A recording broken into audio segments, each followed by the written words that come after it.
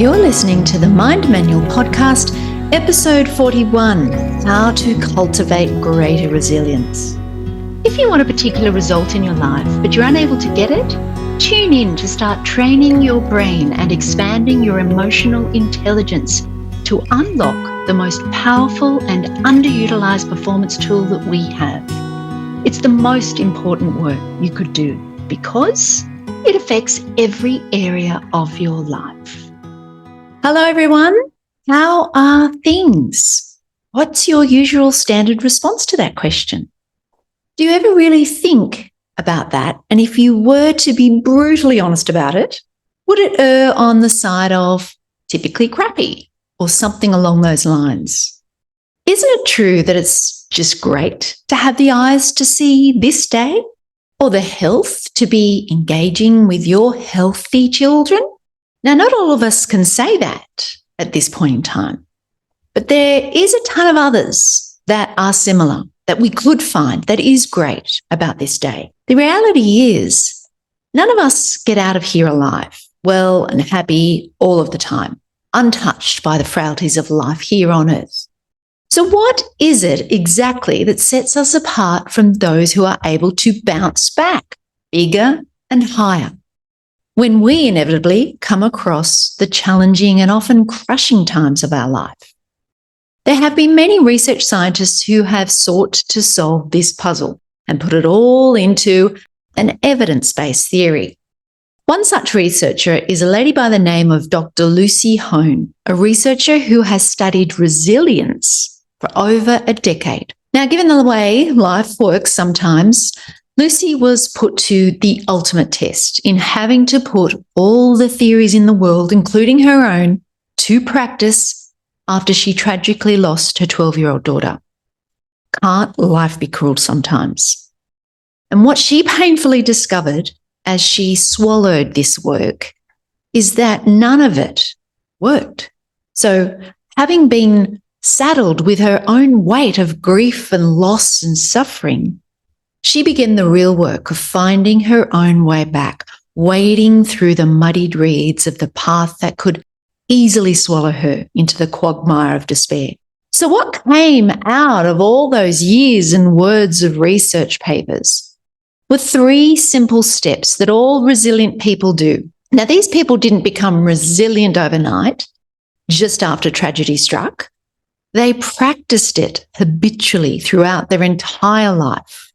It became their way of being, and the side benefits of it is a life where you find lots of happiness and well-being in between the crappy times. Well-being is inextricably linked with resilience. So it's a muscle you can exercise and practice the whole way along. And when it comes time to face the ugly side of life, you'll be job fit, which makes you more likely to bounce back bigger and higher than all the others. This is resilience. And it was also her first discovery, accepting that tough times come to visit all of us during our human existence. This acknowledgement led her to ask the other question, why not me? This is a concept I have referred to in other podcasts as the 50-50 nature of life. We have arrived in a world of relativity where the equal and opposite exists for everything. And this includes our emotions.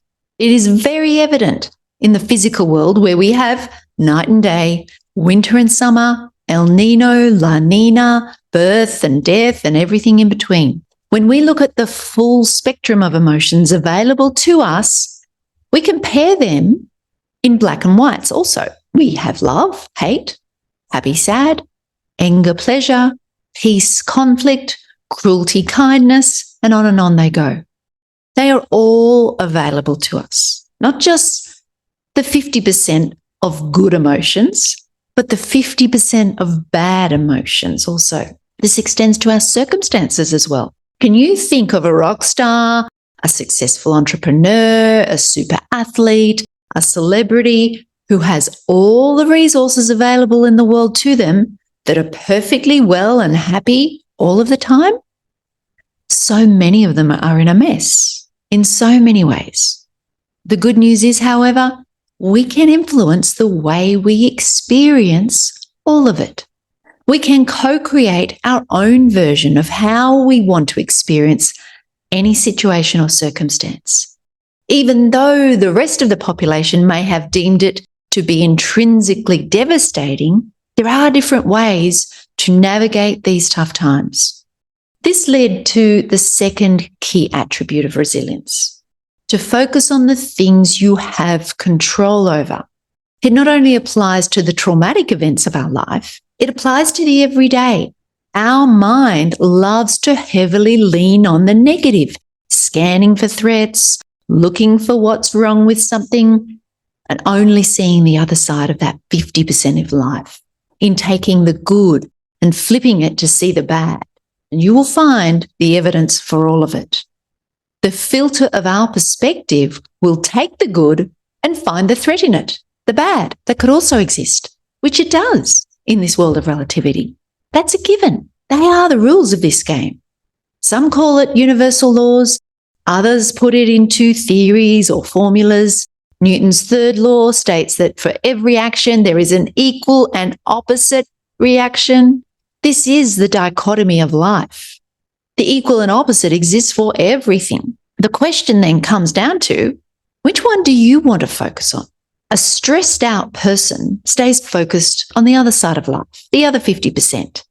In fact, they get into a spiral and stay spinning on it. Around and around they go in circles, stuck in a holding pattern, orbiting around the problem. Now, I'm not one for toxic positivity. I do want to pay attention and know about the dangers and potential threats that might exist. This is a great survival mechanism that we all have come pre-installed with. It has ensured the survival of our species. So I'll take it out to the worst case scenario and plan for that, but also try to keep that reality in perspective at the same time, which might come down to we're still alive, we have air to breathe, food to eat, and clothes to keep us warm.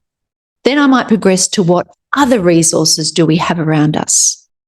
This trajectory will start to open up all the possibilities that exist that we're just not seeing because we're stuck in survival mode.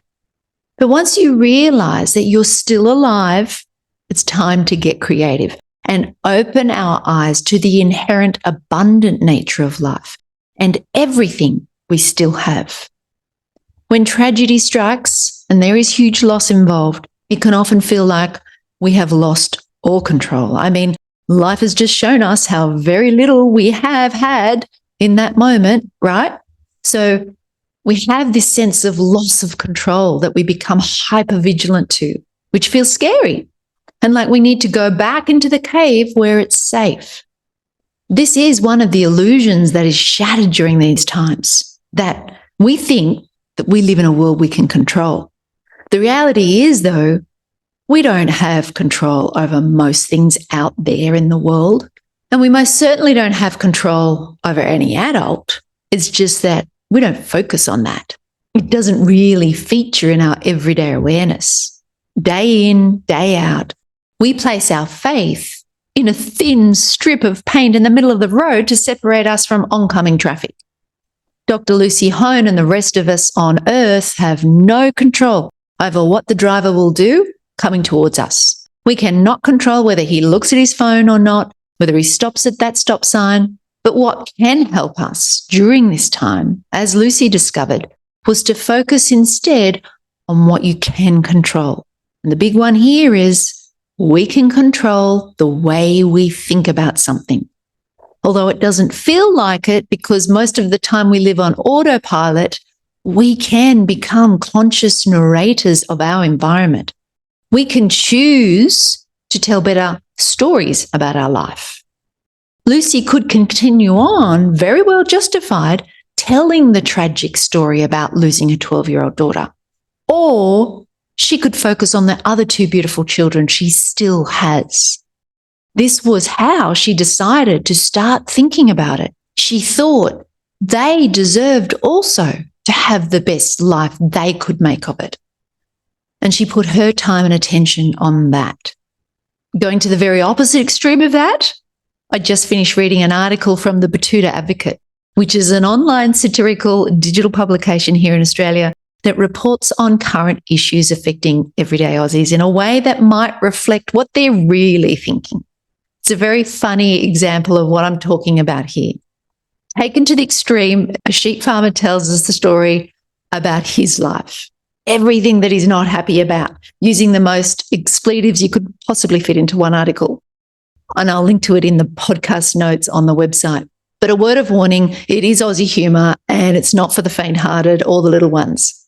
You can find it over at themindmanual.com/episode 41.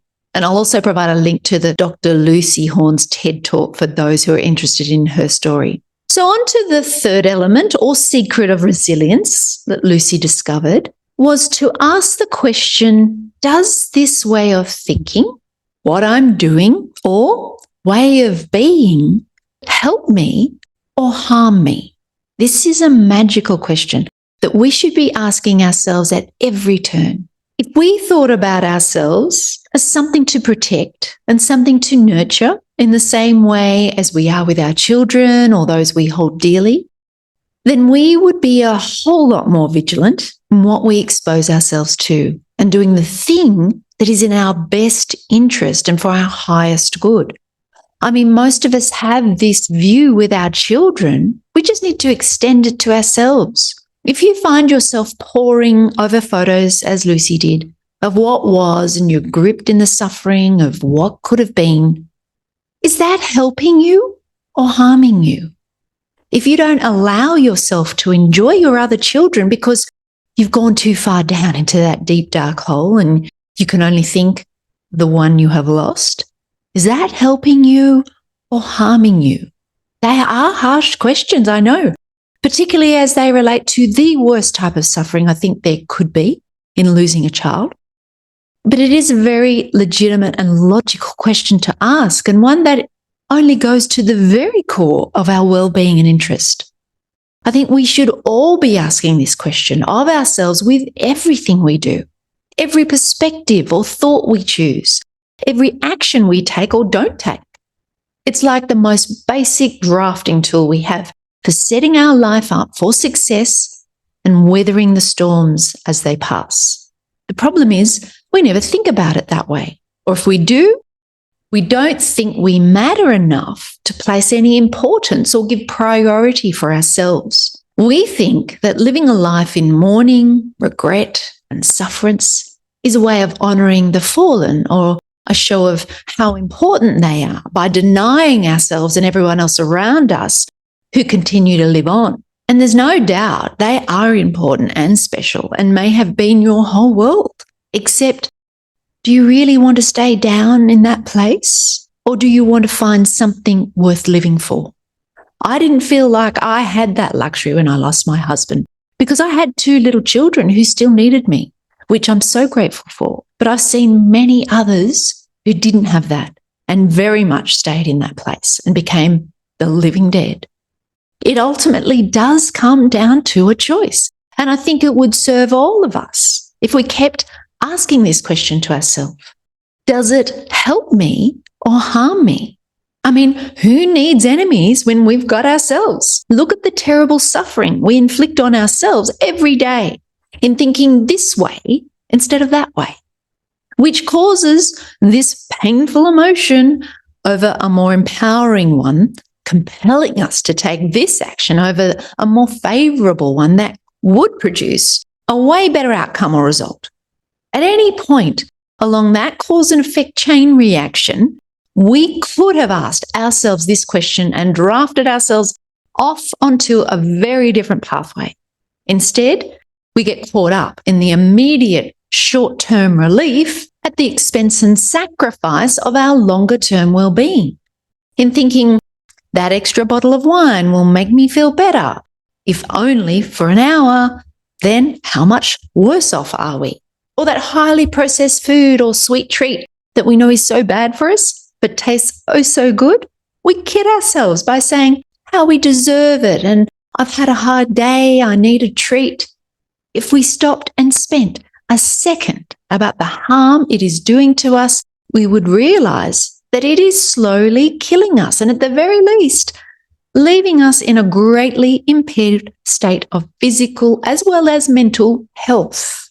What lies beneath all of that is the relationship we have with ourselves and the inability to process emotions, which leaves us with the only other way we know how to deal with it, which is to suppress it or distract ourselves with an unhelpful activity or substance. This process or cycle of setting up our biological system by flooding it with hormones and neurotransmitters that make us feel good in the moment and takes us very temporarily away from feeling bad is a very addictive cycle. If we could see how we're setting ourselves up to fail here by not asking ourselves that question and valuing our longer term well-being over a temporary hit of pleasure or relief, we wouldn't do it if, and this is a big if, we truly loved and honored ourselves. This is key. Behind every act of self-sabotage or bad decision that harms us is someone that doesn't really value or love themselves. Not in a conceited way, but in a way that a parent loves a child. That child that remains in all of us is still there, waiting to be loved and acknowledged by you. You may have missed out on it from your caregivers or not. It doesn't matter either way. No one can take the place of giving this to you in having your own back and being there for you. This is the greatest gift you could give yourself and the rest of the world. It forms the foundation from which we then move on to mastering our mind and emotions. So back to Lucy and her real life learnings about resilience, which flew in the face of all of those years and years of research on resilience that she then threw out the window and replaced with these 3 simple steps that anyone can learn and practice until it becomes your new default way of being. Not only will you become way more resilient, your well-being will go through the roof. The first was acknowledge the 50-50 of life. The second was focus on the things you can control. And 3, does this help me or harm me? For those who are yet to go through a life-altering event and are interested in achieving optimal well-being across all areas of your life, you can learn the skills that lead to the good life in the midst of a chaotic and stressful world. In 1998, Dr. Martin Seligman, as the new incoming president of the American Psychological Association, made the inaugural shift from the focus of mental illness and pathology to studying what is good and positive in life. He became the pioneer of positive psychology, which guided his research work in developing a model for a flourishing individual, which became a well-being theory known as PERMA Plus model. Seligman went on to explain what positive psychology means. He describes it as taking you through the countryside of pleasure and gratification, up into the high country of strength and virtue, and finally to the peaks of lasting fulfillment, meaning, and purpose. It's essentially a version of Maslow's hierarchy of needs, who was the first to coin the term positive psychology. And I'm currently in the process of crafting a short course on this that will be available inside the Mind Scholars membership. We will go through the 5 elements or components of that model that we can then go and apply in practice with all the coaching you'll need for clearing the obstacles that keep us stuck right where we are. So for anyone wanting to optimize your happiness and well-being, we can get started together over at themindmanual.com/join. Go and find the beauty in your day, folks, and marinate in it. Have a beautiful week. We'll see you soon.